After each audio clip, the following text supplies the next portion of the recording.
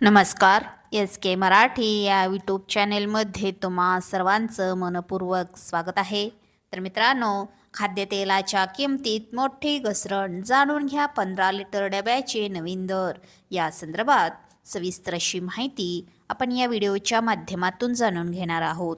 तत्पूर्वी जर तुम्ही चॅनेलवर नवीन असाल तर चॅनेलला लगेचच सबस्क्राईब करून घ्या.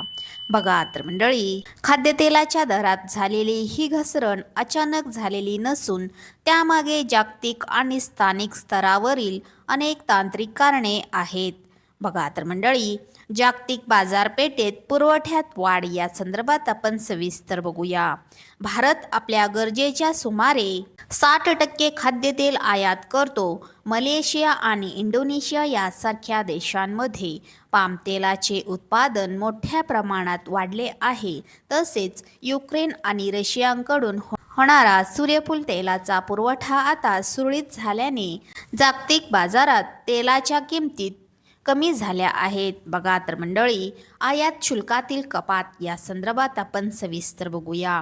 भारत सरकारने महागाईवर नियंत्रण मिळवण्यासाठी खाद्यतेलावरील आयात शुल्कात सवलत दिली आहे. जेव्हा परदेशातून तेल स्वस्त येते तेव्हा त्याचा थेट फायदा भारतीय ग्राहकांना मिळतो. कच्च्या तेलावरील कर कमी केल्यामुळे तेल कंपन्याने MRP मध्ये कपात केली आहे. बघा तर मंडळी, नवीन पिकाची आवक या संदर्भात आपण सविस्तर बघूया. भारतात सध्या सोयाबीन आणि सरकीच्या पिकाची नवीन आवक सुरू झाली आहे. स्थानिक स्तरावर तेलबियाचे उत्पादन चांगले झाल्यामुळे बाजारात तेलाची उपलब्धता वाढली आहे. मागणीच्या तुलनेत पुरवठा वाढल्याने किमती खाली घसरल्या आहेत. बघा तर मंडळी, विविध तेलाच्या दरातील सद्यस्थिती या संदर्भात आपण सविस्तर बघूया. मध्यमवर्गीय कुटुंबामध्ये सोयाबीन तेलाचा वापर सर्वाधिक होतो. 15 दिवसापूर्वी 2200 रुपयांच्या आसपास मिळणारा सोयाबीनचा डबा आता 1850 ते 1900 रुपयांच्या दरम्यान उपलब्ध आहे.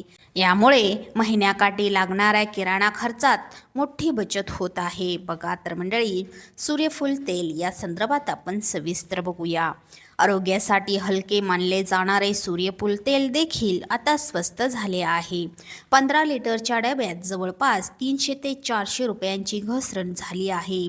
पिशवीबंद 1 लिटर तेलाचे दर देखील 125 ते 135 रुपयांपर्यंत खाली आले आहे.